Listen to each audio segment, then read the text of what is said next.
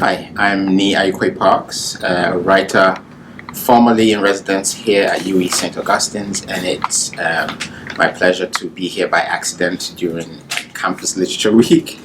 I'm here for a short conversation with Earl Lovelace, who is a novelist, journalist, playwright, and short story writer. Born in Togo in 1935, he grew up in Tobago before returning to Trinidad at the age of 11. Winner of the 2012 OCM Booker's Prize for Caribbean Literature for his most recent novel, It's Just a Movie. His writing has been described as atmospheric, inventive, and linguistically rich. Also in conversation with us will be Merle Hodge, who was born in Calcutta Settlement, Caribbean Chima in 1944, who went on, in keeping with an island that had an influx of French speakers in the late 1700s, to study French and become a critic, studying the work of Leon Damas.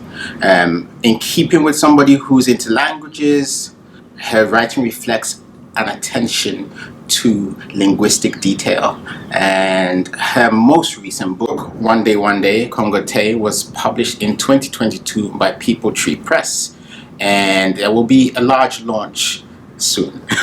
So welcome, first of all, and thank you for making the time to be with us this afternoon. It is my pleasure to have this conversation with you and to have the opportunity, even though it came by accident, by my missing a flight.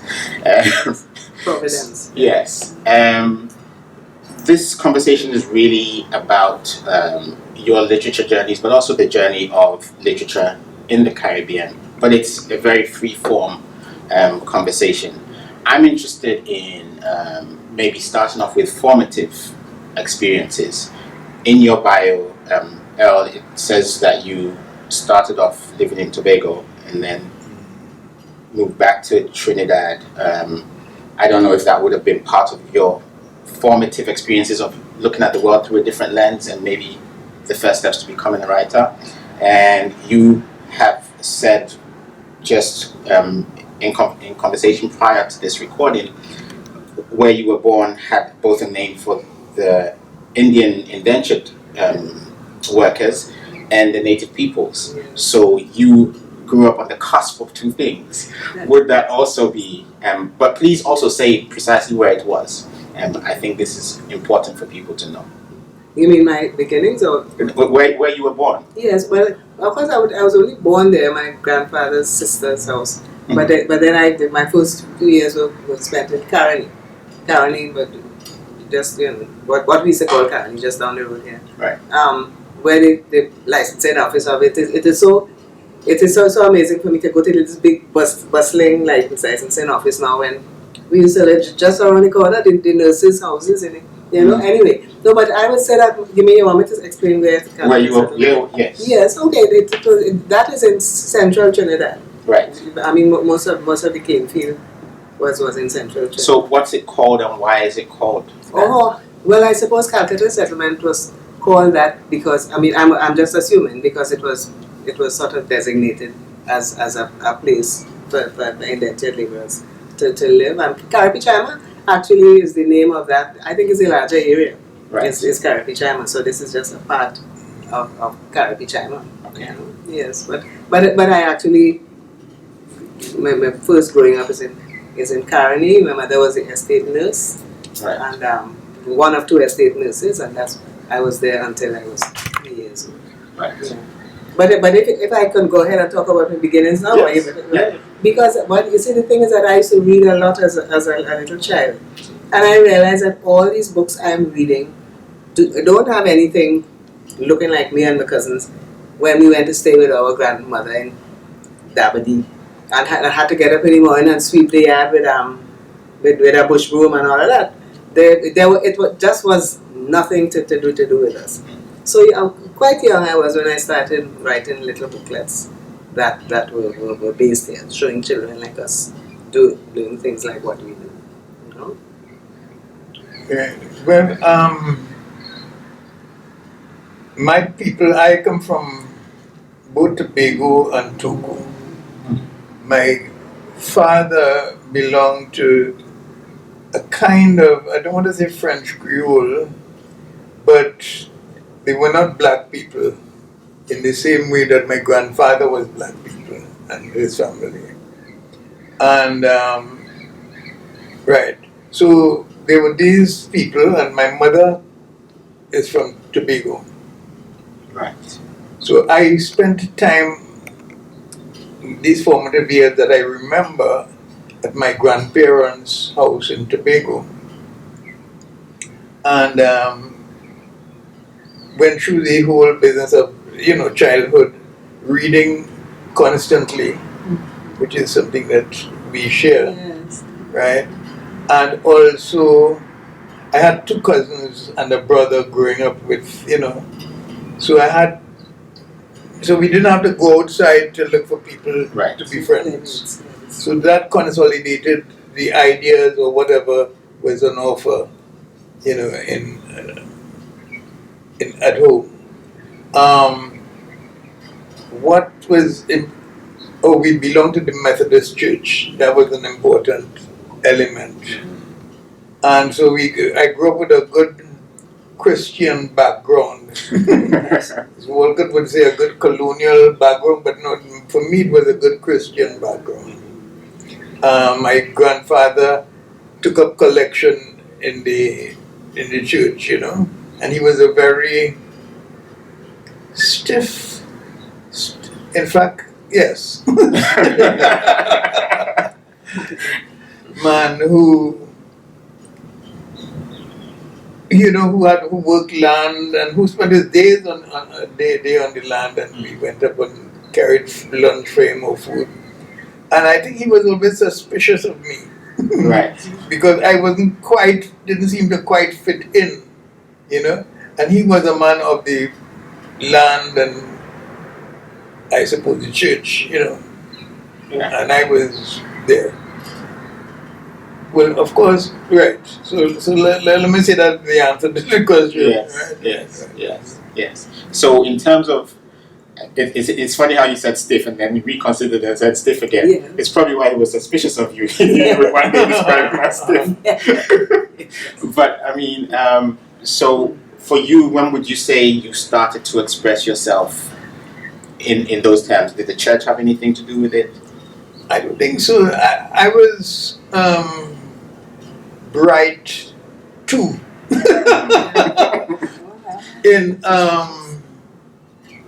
But then so I took the common entrance, which is called the College exhibition. college exhibition. Yeah, different story. Yes. Yeah. And I took it when I was first 11 or 10 past, and and I failed, and I was in Tobago. Then we moved to Trinidad when I was about 12.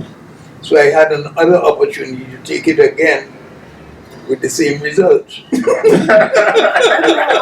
I'm sorry to interject all the time. Those children did not fail, and that's what it is. They started off with 4 college exhibitions in the early Yeah. and then it is With just 100 in my days. Was 100? There's still plenty, but know, I mean, so you didn't fail at all. The ones who came after they creamed off the top had not I failed. was very glad to fail the tuition. No, I'm serious. I know. That having failed, I had to look to my own resources and to my own sense of what did I want to do. And passing would have had a clear road, I think, to I don't know what. Yeah. But as it was, I had to. My whole life now was a different story. There's a lot of turmoil, and so kind of broke up between parents and and so on. So it forced you back on yourself. So right, when I first, I think when I was going to school, when I was going to high school, now I went to Ideal High School, which was a school in Port of Spain, and I had some good friends there as well, and it was useful. all right, yes, playing cricket. I don't think I made the football team, but I could play cricket. You know, and yeah. I can't remember where I'm going with that. You know. I think you were going to talk about when you first started Right. writing. Right. Yes, at school I wrote some things, but I never took note of it. That is it. And yeah, so I started to write or wanting to write. Now going to school now, I decided, well, yeah, this is something I could do. It was one of the only things I could do. Right. Do you remember anything about what your topics were? What thing? No, I don't remember. Well, it was because I remember writing about a boy or a young man coming in town and not having anything and finding his shoes burst open and so I was always identifying, as it were, with the underclass, if you want. Right. Which I find so that when I see today how people function, it surprises me in a kind of way because these were people that I belonged to. Yes. And in a kind of way you could say belonged to me as well. And who I was responsible for. You know, I mean later as it turns out, Wow. Yeah. So I started to write. As a teenager? What age? As a teenager?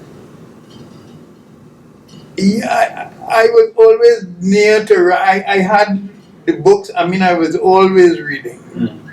So that was one thing. And when I did, you see, the point I remember is when I decided to write, because I decided that I would be a writer when I was about 20 or so. Right. Yeah, about 20. Was this around the time that you were working? You worked as a ranger at some point? Yeah. I was as a ranger. I was a forest ranger at that time. Yeah. And I had a room in the village, and I got along very well with everybody. The ordinary people in the village. We used to have a place underneath the health office where fellas gathered together on an evening to play cards, principally, and to talk, right? And I had, what jumps into my mind now, I had a girlfriend, or a girl who I liked. It was no girlfriend. Big difference. Yeah. Living nearby, and but so we would be there until late, and somebody would call my name, Lovelace, and I would say, "Don't call me, don't call my name," because the girl is hearing, and her father would later she would tell me, her father would say, "You see that the boy you like." So it was a mix of things, and I wrote then, or began to write, and when I decided to write, I decided actually I would read every day, no matter what, and write every day, no matter what. And so that developed a discipline. Oh, that's wonderful. Have you kept that up? That's great. I kept it up for a long time. And in a kind of way, I still keep it up in a way because every day I'm reading something, maybe rereading things. A lot of things, reading is rereading for me. Yes. And But when you say you read every day, you meant other books. You read other things, just to no, any book. Yes, right. So you read stuff then, and then you. Right. Yeah, my writing was separate from reading. Yeah. So Merle, I'm struck by kind of your trajectory slightly different. You took an exam and got a scholarship. Yes, they call it, but I mean the college exhibition is still for me a big issue. The fact that only a handful of children got in, Yeah. and the rest were made to think that they failed. It's a colonial Yeah. part of the colonial matrix, you know. Well, it's also just that they weren't willing to spend money to let everybody go to high school. Yes. And then when we became independent, they sort of tried to expand education. Yes. Yeah. But I never saw myself as writing every day. In fact, in my adult years, a friend of mine who is also a writer says to me, "You should sit down and write something every day." And I said I would ask you if you had that experience when you said you would. My view of that is that sometimes if you force yourself to sit down and write, what you write is foolishness. So you have the job of going back and having to rewrite it or throwing it away. No, well, I'm comfortable with foolishness, but not everybody is. Yes, but I mean, some people hit the jackpot when they write for the first time, you know. Well, I don't know. If you don't have to be inspired to write. Something good comes you out. have to be inspired to write when you're writing a work. Yes. But if you're writing whatever you choose to happen to write. Yeah. Oh, but I see what you're saying. You know, whether you're working on a story, whether you're working on a story or a poem or something. Yes. And that goes on at this. Yeah. Yeah, but if my head is not in that direction. But I know what you mean by to say that. Well, okay, now writing, every word has to mean something. Everything has to be of significance and important. And so now that requires you to find a time when you say, yes, this is what I'm going to pursue. But it takes sometimes a long time. Sometimes it takes a short time, and sometimes it takes a long time to find out where you want to go. Yeah. Yeah. I'd like to maybe talk about, especially since you brought it up, to talk about language. I believe there was a critic once that said you and Sam Selfer were the primary users of Creole language, writing from the Caribbean. But the Caribbean itself is a place of mixed languages. Sorry, let me just let me just see what you think it is. It is not just that they use Creole; they use it in the narration a lot more than anybody else. Yes, exactly. Well, I mean, complete. I think what I read was a complete book. Yes, which is you see in the past, in the early days of Caribbean literature, there was an iron curtain between English and Creole. It was only used for the dialogue. Yes, and there was this thing, and it jars now because it looks sort of out of joint. But I think what he's getting at is how it got to be so. Yeah. Oh, what, the English or the how did we come to have not this iron curtain between the two things, and to have this Caribbean writing as being also in the Creole, if you want. Yeah. Right, but you understand the distinction I'm making? It was okay to put it in the dialogue long ago. But okay by whom? Well, I guess it might be the publishers. I don't know. No. Well, I don't know. But it's interesting because this is what it's about. It's about you have your journeys, but also where Caribbean literature is now, where the Iron Curtain doesn't exist anymore, comes out of the choices that you made as writers as well. Right. Because you know. Yes. I think so. I guess so. But an interesting thing about language. Sorry, you put it into Earl, but I only hear on his head. Good. You won't forget what you were going to say. The fact is now that education is widespread, and there are people who just speak a language that lets in Creole all the time. Depending on the situation that you are in. You speak the most highly educated of Caribbean people use Creole in their everyday discourse with English in between. Well, sometimes the other way around. Creole with English in between, or English with Creole in between. They use Creole when they choose to. Yeah. And they are the ones sometimes who admire, who don't necessarily find it interesting that one is presenting in Creole. Yes. Right. But so. But I am not letting them off the hook so easily. Letting who off the hook? The people who make these choices. The ones who speak. The one who speak, including Creole, but when they come to look for books to read, they look for standard English. Okay. Yeah. You know? Yes. And I mean, it is kind of jokey because at some point, we will have to arrive at a point where we have developed a language We have. We haven't quite reached here Yes, yet, but we you know, have, we need that and patois that some people are still calling broken French, they are completely valid language systems with their own grammar and and vocabulary and all of that. It's a language. No, but that might be true, Mel. But I do think students now, even now, writers now, are finding that expressing themselves in those languages that you say are complete languages remain barriers for them if they want to get published. Yes, that. It doesn't mean that they can't do it, or but it means that when they make that choice, Right.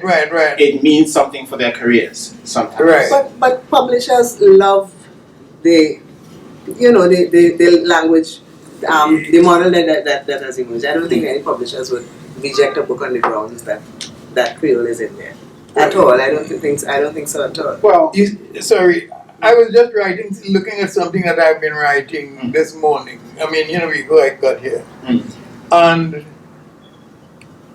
the first almost sentence, right, and that it has somebody going to meet somebody or meet somebody in a band in front of the Queen's Park Savannah, right.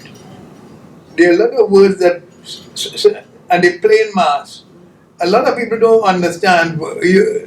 I'm writing this and I'm thinking, who is going to understand it also? I'm not writing only to convey something, but I'm writing also to involve you, whoever it is, right? So I'm saying that, but what struck me was that I had to find out what is poison. Poison is a band. We in Trinidad know that. Well, as long as it's a capital P, they don't know it's not poison they're drinking. No, well, it might know it's poison they're drinking, but okay, that's a question.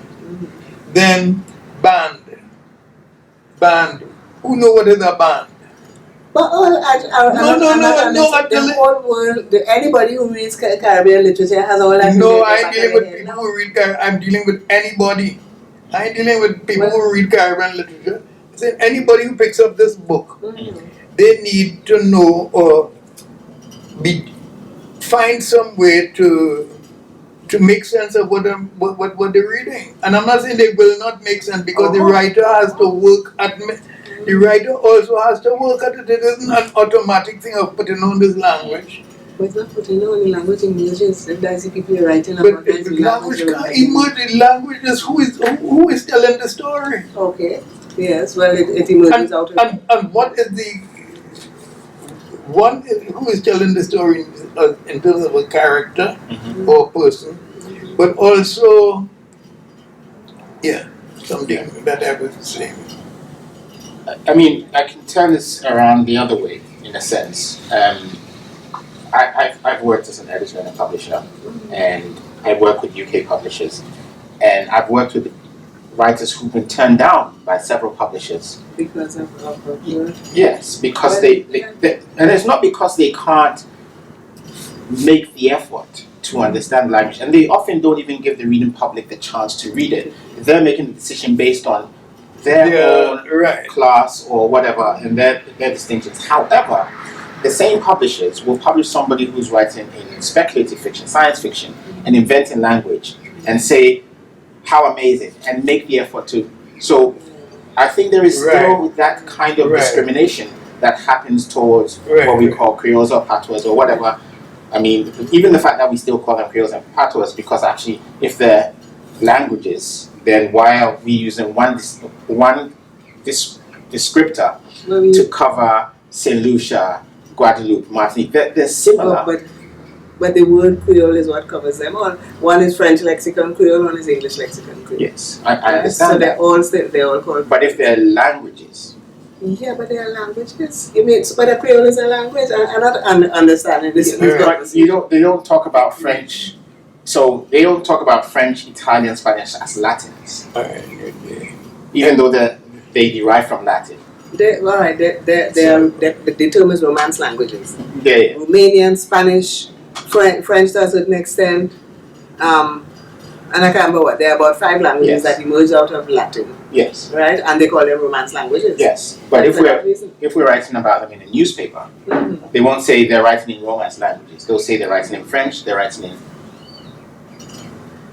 I mean, it's just about labels. I'm not saying that it's not a way to express. I'm just saying that there's a definite kind of distinction between how they talk about the languages that emerge. I understand exactly what you mean. For example, if we talk about this well-known book, Ulysses, Yes. for example, or works that take a different attitude to language or to the English language, they are willing to invest in them as something new coming out of the English language, for example.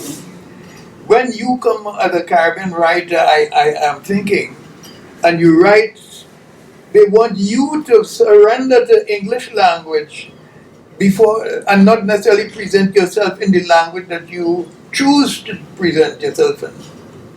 Am I making? Do you see that? But I suppose I'm still a little bit puzzled to hear that is coming out of publishers.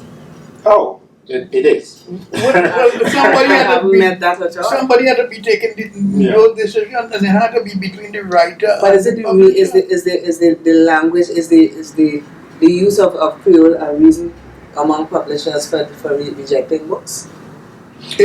So, publishers will rarely say we're rejecting your book because of Creole. They'll just say it's not for us, or we don't know how to sell this. There's lots of ways in which that is. So, but suppose maybe the manuscript was just inferior and they used Creole as escape. That I can accept. Yeah. But I have known books that have been rejected, been published by somebody else, and done very well. Okay. So then it becomes a case. It's not about inferiority. It's about the people who are editing. And I mean, so we were having a discussion earlier about the importance of maybe having local publishing, a strong local publishing infrastructure, because what happens in this case and why this might happen is because when your manuscript it goes to the Western Gaze. I wonder what the Western Gaze, which is like the the. Oh, the Gaze, right? A metaphor using so there was a name of something. No, the Western Gaze. So it goes to America or it goes to the UK, and then they read it and think, oh, those interesting people from Trinidad are trying to do some things here. Do I like it? Do I not like it? Whereas if you have it here, it's not those interesting people from Trinidad. It's like, oh, this is an interesting book. Do I like the book? There's no label of it's from Trinidad. It's from Montserrat. Right. Because the publishers are local. Right. We can also when I think about books presented in the vernacular, so to speak. Vic Reed is a book by Vic Reed. Vic Reed is a Jamaican writer. New Day. His book is written. That's one of the first books I'd read that was written entirely in patois, they would say. Jamaican, yes. Yeah. Right. Yeah. And then of course you have Selvan later on. Yeah. I'm saying, if I remember right, it's a little bit stylized. It's Well, I thought it was not well done. Oh, okay, yeah. I'm remembering something about it that was a little off Creole. It was that it was intended to be Creole, or maybe it was dressing it up, But that's a long time ago. I mean, he must have produced squawks of the disapproval when that first came out. But Selvan, for example, but on the other hand, Selvan, who was doing nearly the same thing, a little, but still a little more rooted in English, in standard English, was quite successful in a certain kind of way, and had also to risk. What I am laboring over. I suppose all writers who are writing I think so, have to labor a little bit over it, and it's not an automatic thing. Yes, and as I said, there are all kinds of choices. Some stylize it, but what we're arguing about here is fellas who write everything in the narration and the dialogue, and because there aren't a great many books like that published as a fact. Beyond Selvan and none of yours is completely in Yes. Which one is completely? Wine of Astonishment. Yeah, of course. Yes, I love. Yeah. Yeah, but you know what there's something you And said that, Jobel and some stories, yeah, you know. yes, yes, it's true. But you said something a little while ago. Use a term more rooted in the English. You know that Trinidadian Creole in particular, because our education expanded so early, so there are lots of things that have dropped out of our Creole. And I'll tell you this: once I took an excerpt from the Wine of Astonishment to put in something I was teaching about language, and I made a little book with different kinds of language. And somebody who looked at it with me says, "But you notice how you notice the extent to which it belongs to what they call the mesolect. That's a part of the language, a Creole that has lost a lot of its origin." I think I did his books. I did a linguistic analysis of his books, right? And that whole thing of I looked in a lot of Caribbean books for writers who were using some of the things that have completely fallen out of our language, like using she for subject form, possessive form, and object form. She house, Agobichi. Yeah. Very little of that in my writing. Well, for the Wine of Astonishment in particular, right? And a lot of other Trinidadian writers and others elsewhere, just because that is their language now. The people who are writers are usually people who come through a lot of education. Yeah. So that and they call that the basilect. The basilect is the original. Jamaica still has a lot of the basilect still left that has not been eroded because there has not been that much, as much there as here. In fact, up to some years ago, they were still trying to catch up with just literacy, right? So the sad thing is that the more literate we get, the more our Creole gets undermined, and so that is so far that is exactly why I think it's important now. The right in the Creole now is to be on a rescue mission. Yeah, right. But I love that. I love that. Yeah. Because the generation that is coming now, they leave out a whole lot of stuff because the language circulating in the society is more standard English than it was. Yes. You're quite right. Generation. And they think it would shock and right.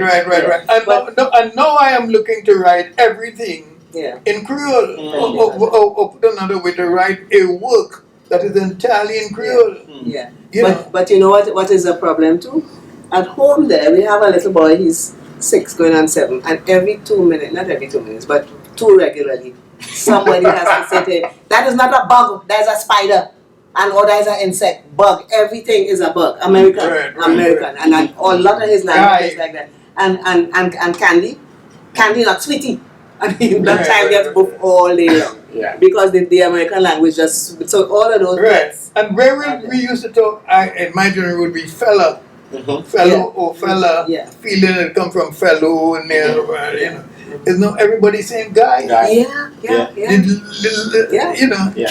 Kids, I tell people, kids is little goats over here. Little goats. Right. The same child, I have to keep telling them, kid is a little goat. We have to find a way to make that appear in the language more. And this is where perhaps publishing comes in. Yes. Yeah. Because there are publishers who could invest in this in the Caribbean. The rescue mission, I like it. And actually, things like this, there's more awareness of these changes, because hopefully younger writers are going to be watching this and become, because when we don't have the conversations, it goes to the back of our minds, and so we're not aware and we don't make the effort to actually join the rescue mission, so to speak, because there are young writers who are making decisions now about how they're going to write, what they're going to publish, and there's a sacrifice involved when they make these choices, right? Because when I give my books to my agent, I always say, this is not going to sell quickly because I know it's not easy. As they will say in the West, it's not easy because it's not standard English. It's not the way that they look at things, and so. But it's a choice you have to make. But sometimes we're making these choices also economic choices. Right. Because But also, I think what happens is, what are we writing about? It is another aspect of it is what we're writing about. And again, this brings us back to a society that has settled with the past by running away from it. Mm. You know, Yeah. instead of engaging it. And because you have to engage it in a language Yes. that is yours. Mhm. And we still have the, what do you call it, the voice who is speaking, or the voice of authority as being European. And so that when we come to write, even generally, it has to fit proper English practice. Mm. You know, Yeah. so I think that that this is very important that we talk about, you know, writing the Creole, because what it means also is addressing your society, addressing the time and the place, and not running from it, Yeah. which is what has been happening. Right. Yeah. You know, and yeah, somebody comes to the good, but what they're writing about have nothing to do with the politics or the Yeah. feeling of the place. Yeah. You know. Yeah. There's nothing of the moment. Right. I mean, what's interesting, talking about what you're writing about. So you were reading, and you have like the Portuguese. So it reflects all the kind of complexity of the people who have been here in different generations. And then I think when you were writing, is it the school teacher? You also were adding in bits of Spanish, etc. Right. You Because it belongs. I didn't, you know, I didn't those words are there. That's what I mean. We have a lot of words there. Those people actually, I know the place that I was writing about, and I know some of the people, although they're not necessarily there. They was more in Valencia at that time instead of being at Kumaka. Yeah. You know. Mm. Yeah. But I find those things are really interesting, because I don't see it in contemporary anymore, where people, the reflection of, you know, the elements of Spanish and French that are all part of the history. Right.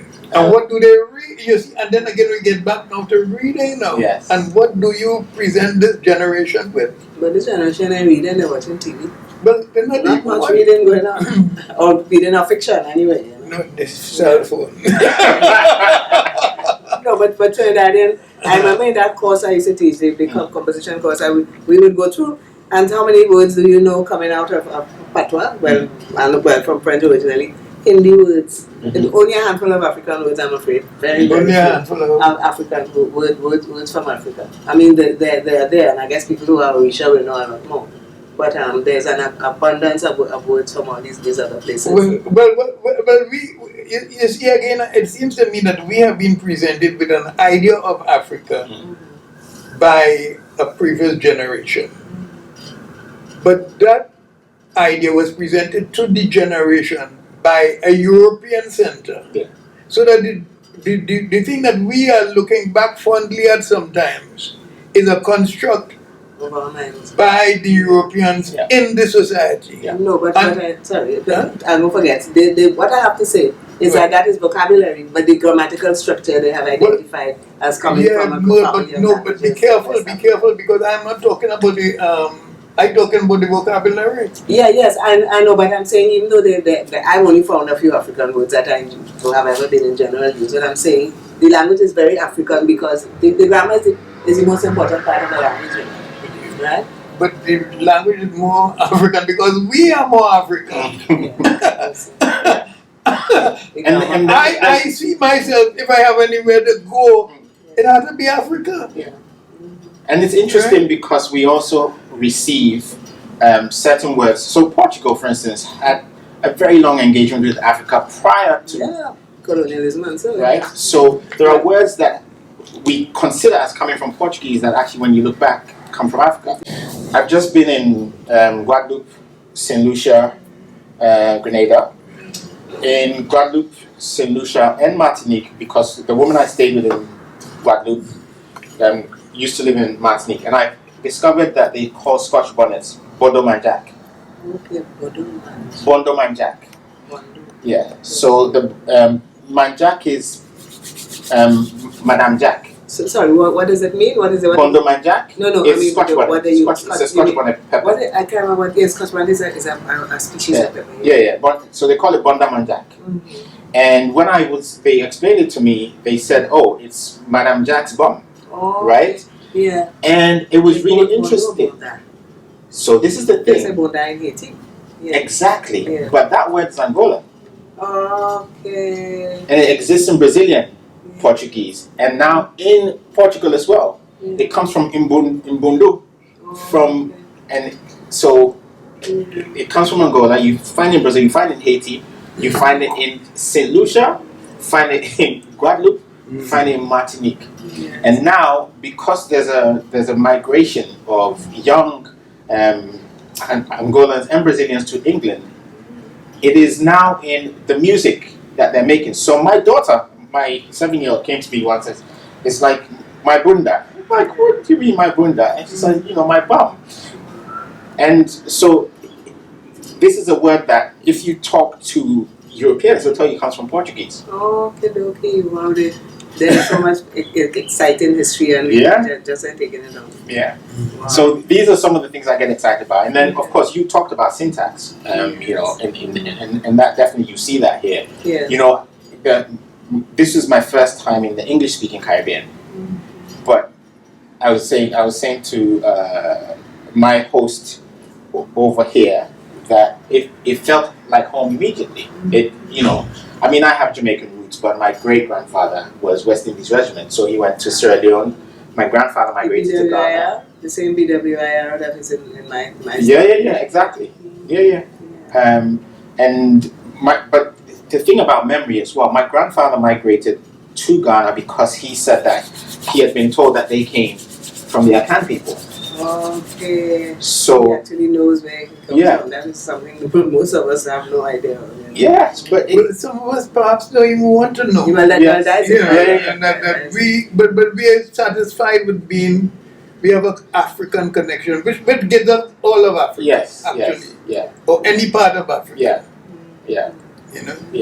Although those on the other side who are able to identify it more closely, they also have the good reasons for it as well. Yes. It's not an either or necessarily. Yeah. Both, Well, because there's been so much transition and movement and change, that we have to engage with it. I think in dialogue with that. I think most of the dialogue has been going through the colonial. Right. And this is why, we. Yeah. But what is interesting to me is when I read African writers, their Creole is nothing like ours.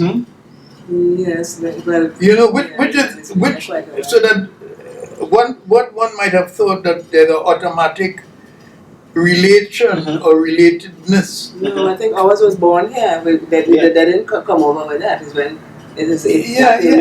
Well, right back then, but people who write, yes.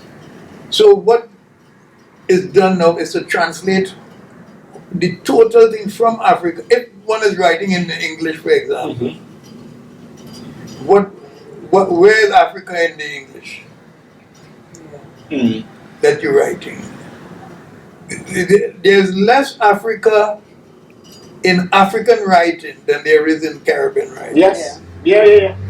And this is, again, it's to do with you made a comment about good colonial and good Christian Africa, and people are wed to the idea of correct English. We went through school, we were not allowed to speak our languages in school. Right. And if we spoke what we call pidgin English, we got punished as well. Right. So there was definitely. Where is that? I grew up in West Africa. In West Africa. Okay, and it's only recently that writers are beginning to find the confidence to begin to write as we speak. Because the writing is so wooden because people were not expressing themselves fully. Because if your everyday conversation is a hybrid, right? We use the odd English phrase and then we throw in this and we throw in this. That's how we talk. Why don't we write like that? And I think this is the rescue mission that Earl's talking about, which I think, the young Caribbean writers should be looking to. Right. Let's express ourselves in writing the way that we are in person, because it will give us a sense. And also the voice of authority. You see, one of the most important things in this whole thing is where is the voice of authority come from? Because when you write in standard English, the voice of authority is not you. Yes. Yeah. They're speaking Yeah. feelings. Yeah. And you have to cultivate that voice. In this book, in Salt, I think there's a certain sense in which you can see the. Well, let me just see if I can. So that would be perfect actually, because you were going to read for us at the end. Yes. Well, I'm just looking to see. Has the thing in it. Well. In this, who is the voice of authority in this book? The narrator. And Well, yeah, but the voice of authority, who starts? This fella start here. 2 months after they hanged his brother Gregor, king of the Dreadnoughts band, and Louis and Nanton and Man, the other 3 leaders of African secret societies, who Hislop the governor claimed to be ringleaders of an insurrection that had a plan, according to the testimony of a mad white woman, to use the cover of festivities of Christmas Day to massacre the whites and free colored people of the island. Jojo's great-grandfather, Guinea John, with his black jacket on and a price of 200 pounds sterling on his head, made his way to the East Coast, mounted the cliff at Manzanilla, put 2 corn cobs under his armpits, and flew away to Africa, taking with him the mysteries of levitation and flight, leaving the rest of his family still in captivity, mourning over his selfishness. Everybody putting in the mouth and saying, you see, that is why black people children doomed to suffer. Their own parents refuse to pass on the knowledge that they know to them. And it goes on, and right? But this is clearly not a European voice of authority. Yeah. And if you go throughout the book, you will see who, I can't remember the different twists and turns myself unless I look at it, right? But it is actually the nephew of Bangor's, anybody, when you read it, you could look to see who was. So it's a conscious choice. Yeah. Which is important, because otherwise you write the strength in which you are the other. If you Right. No, it's a very conscious thing, you know. Yes. Yeah. Voice. Yes. Right? Yeah. Right. Narrative voice. So I think that's a good point to end the discussion. Right. Voice.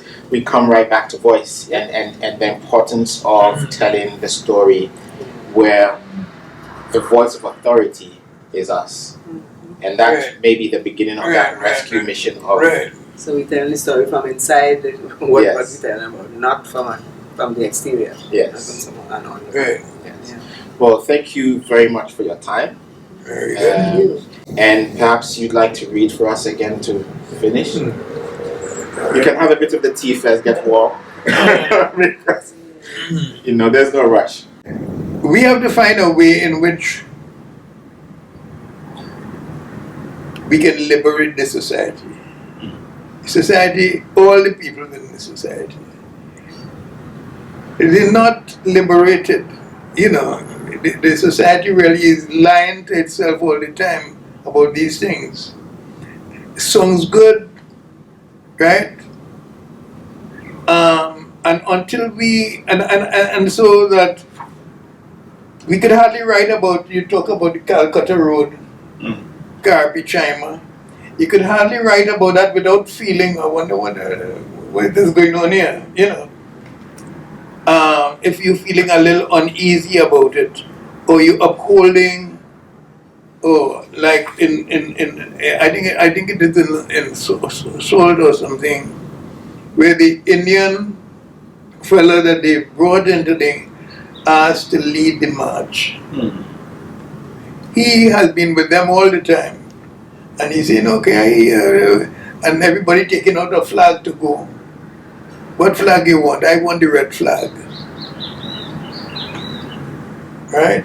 And the thing is, can you give him the red flag? Under what conditions is this red flag to be surrendered to anybody? You see, this is the question that we face. Because you can't tell him he with you all the time. You know the character I'm talking about, right? Yes, I'm right. Right. And right. So this is an increasing. All right. Let me read this little piece of thing. The Spectator. This hill is home for thousands.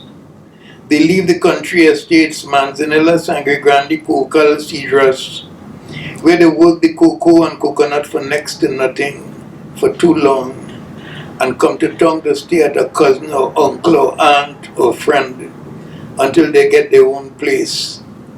They come with country all over their face, their shoulders broad from cutlassing cocoa and felling mora trees, with caps on, cheap silver chains round the neck, their socks peeping out bold below the fold of their trousers, walking in a kind of slow rolling crawl, trying to look like young men.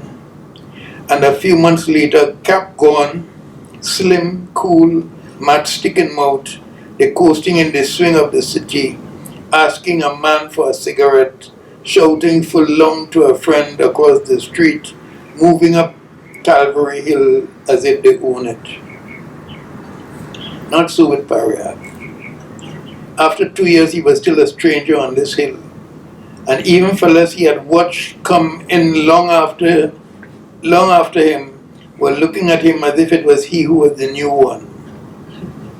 This, more than anything about the hill, burnt Pariah, for the main reason he had come to the city to live was so that he could join up with people, be part of something bigger than just Newland Sugar Estate, be more than just a little country Indian, cutting sugar cane in the day, cutting grass for the cattle in the evening, and on Sundays playing all fours in front of the playground with Sinat, Bali, and Ram John. Okay, I love that. Yeah. Thank you. Right. Thank you very much. So, thank you for listening. This has been a wide-ranging conversation with Earl Lovelace and Merle Hodge, which I hope you found interesting. Ultimately, I think what we've learned is we must all join the rescue mission for our language, for our voice, for our point of view, so that we begin to seek the truth in our society and write much more expansive, deeper, more exploratory, and ultimately more impactful work for the world.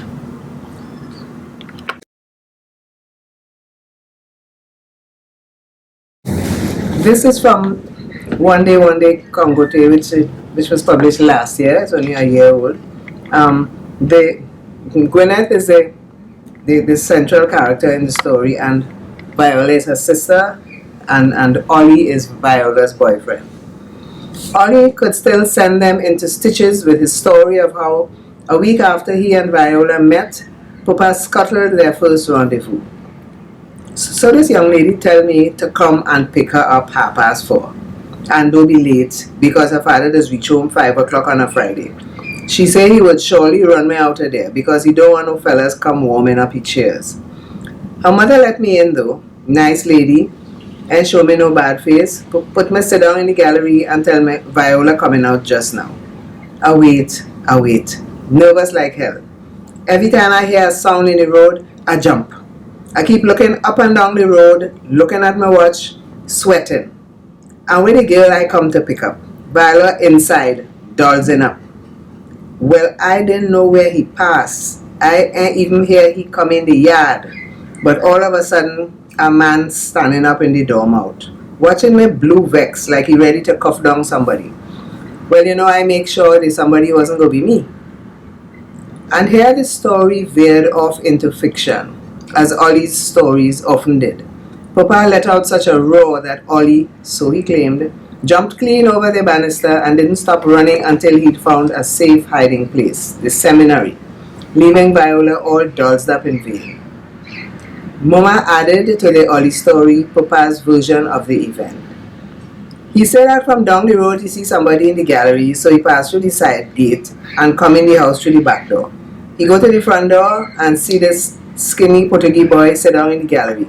So he turned his head to call out to me, "Estelle, who is this?" And by the time he turned back to the gallery, the fella done disappeared, clean out of sight. She said Papa was haunted for days by this apparition. The skinny Portuguese boy who vanished from the gallery in 1 second and without a sound. In years to come, when Ollie's size had doubled and tripled from what it was in those days, he was quite happy for the household to refer to him now and then as the skinny Portuguese boy. And the fact was that a year or so after his encounter with Papa, Ollie did actually renounce the world and enter the seminary. But that was nothing to do with Papa. He and Viola had started going out together just a few days after Papa frightened him away. And they went out as often as they pleased for that whole year. Papa could not really get in their way, not with Mama aiding and abetting the escapades of her daughters. Ollie seeking to take the cloth was to do with pressure from his own father. The senior, Mr. Oliveira, was pushing Ollie not to be a priest, but to marry the nice Portuguese girl he had picked out for him. Viola did not seem overly upset as she broke the news that Ollie was going off to the seminary. Gwyneth was at a loss for words. "Bon Dieu, Viola," she exclaimed, and could only sit gaping at her.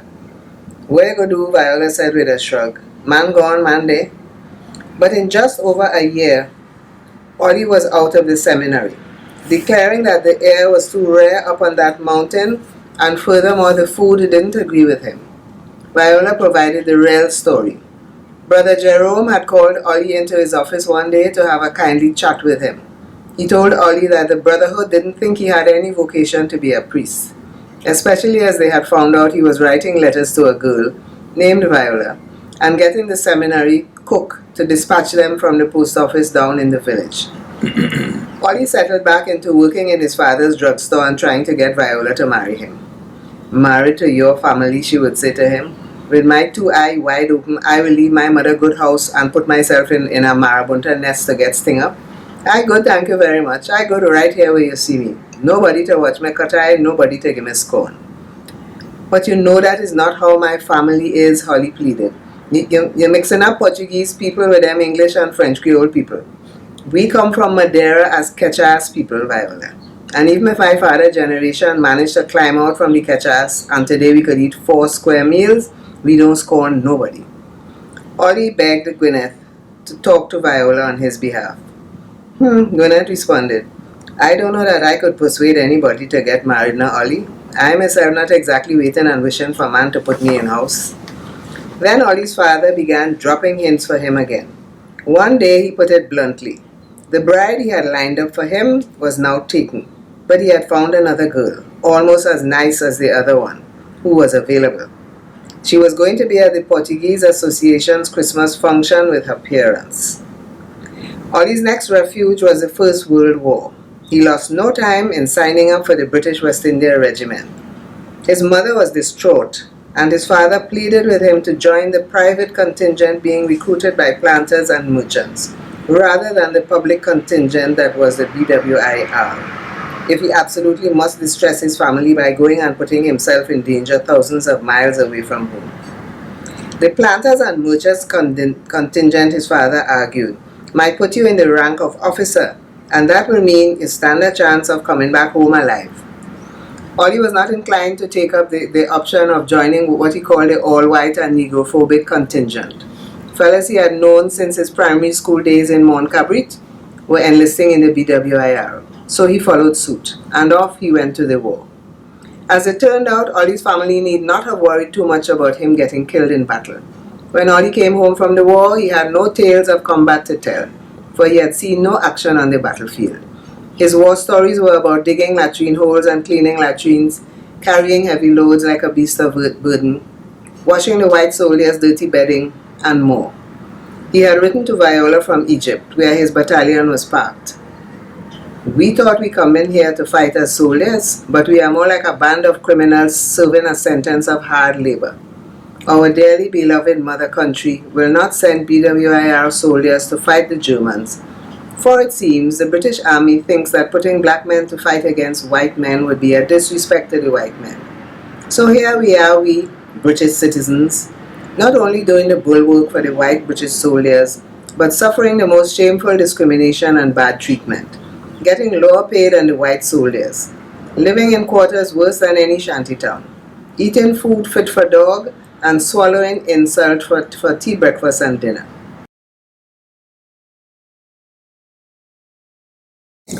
For the life of Letitia, this novel is set in a rural area of a Caribbean country. The town named La Puerta is a rural town like Sandy Grande.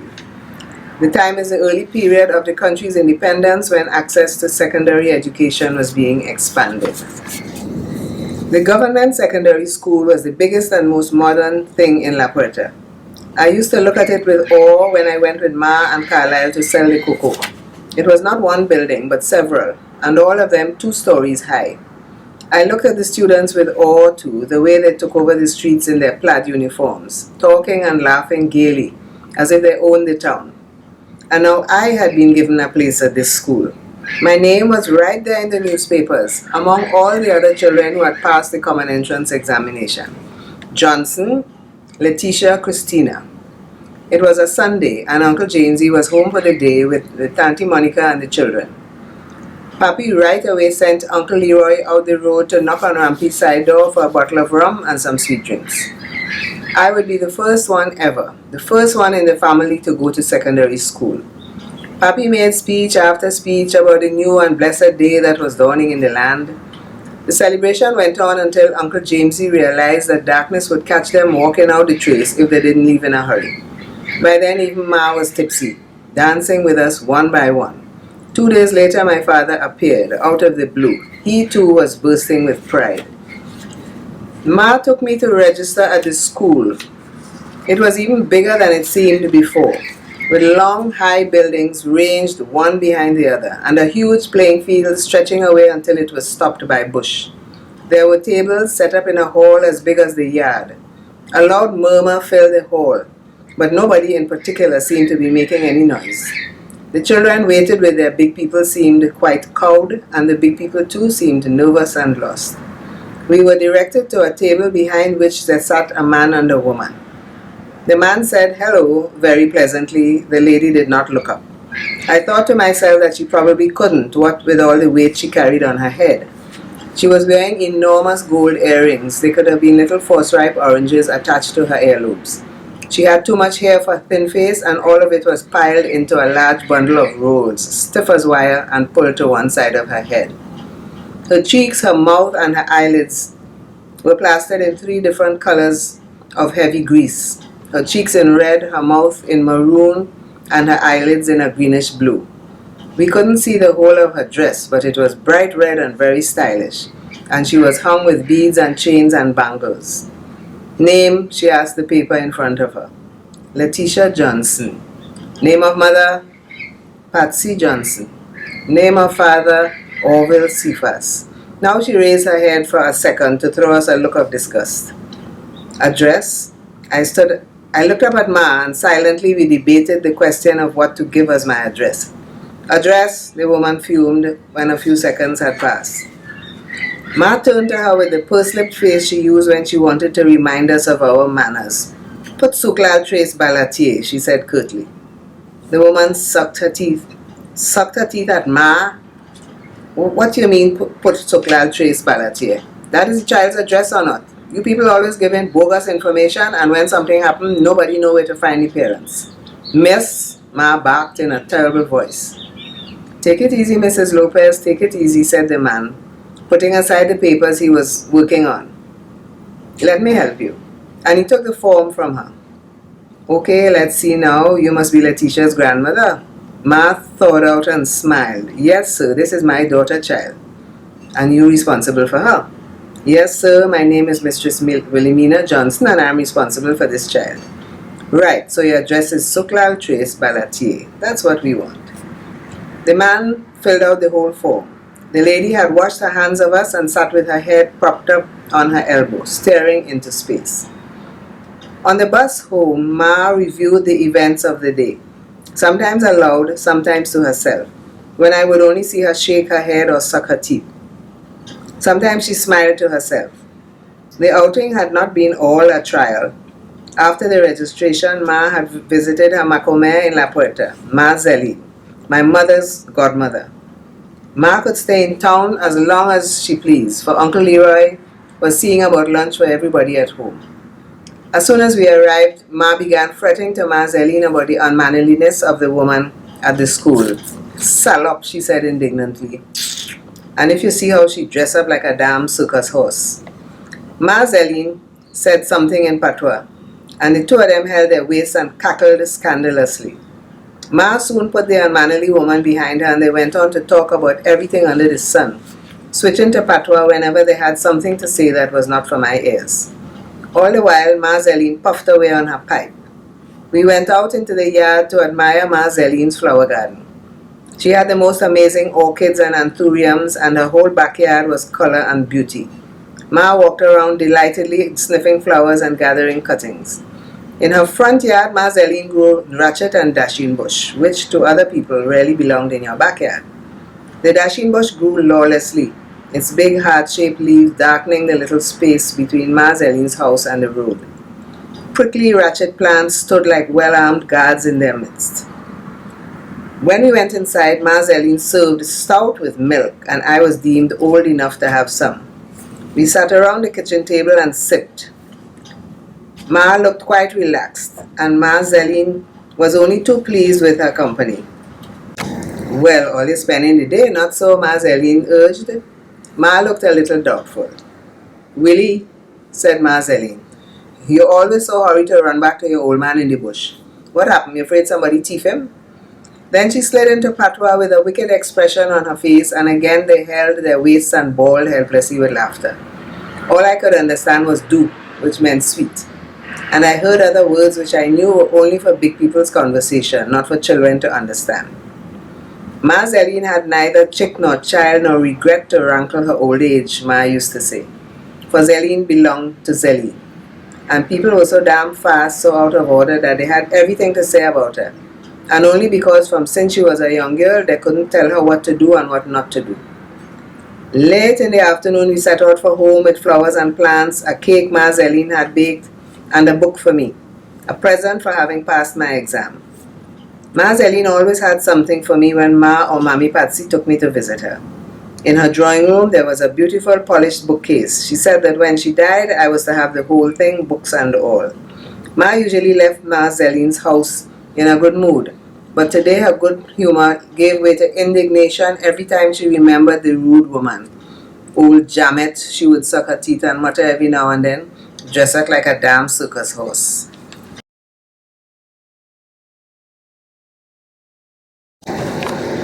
This is from Salt.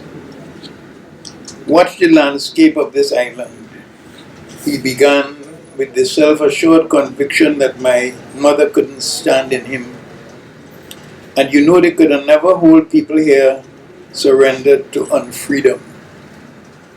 The sky, the sea, every green leaf and tangle of vines sing freedom. Birds frisk and flitter and whistle and sing.